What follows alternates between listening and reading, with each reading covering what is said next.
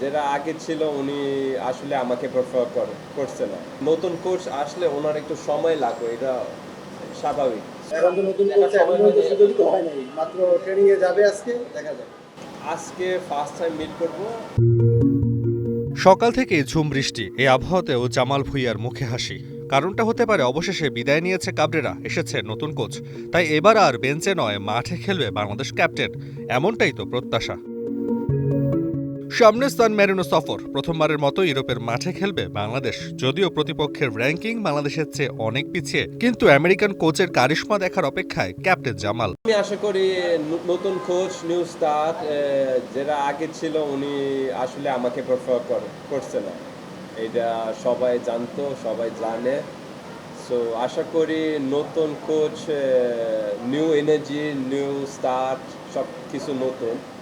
So এখানে আমি আমার বেস্টে দিব। হামজা সৌমিত্র আসবে না দেশের ক্যাম্পে, সরাসরি যোগ দেবে সান মেরিনোতে। তবে তারিক কাজীকে দেশে আনার চেষ্টায় বাফুফে। হামজা, সমিত, জায়ান, ইভেনচুয়ালিও আমরা ওয়ার্ক করছি এর জন্য, তারেক কাজীর জন্য। তারেক কাজী 29 তারিখে আসার কথা আছে। যদি 29 তারিখে সে এখানে না হয়, তাহলে ওকে এখান থেকে আমরা কীভাবে ওখানে নিতে পারি সেটা চেষ্টায় আছি। সুন্দর আর প্লেয়াররা কালকে জয়েন করছে।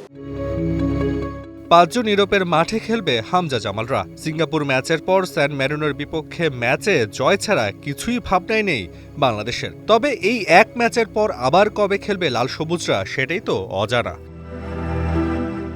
তাসওয়ান নাফি, ওয়ান স্পোর্টস, ঢাকা।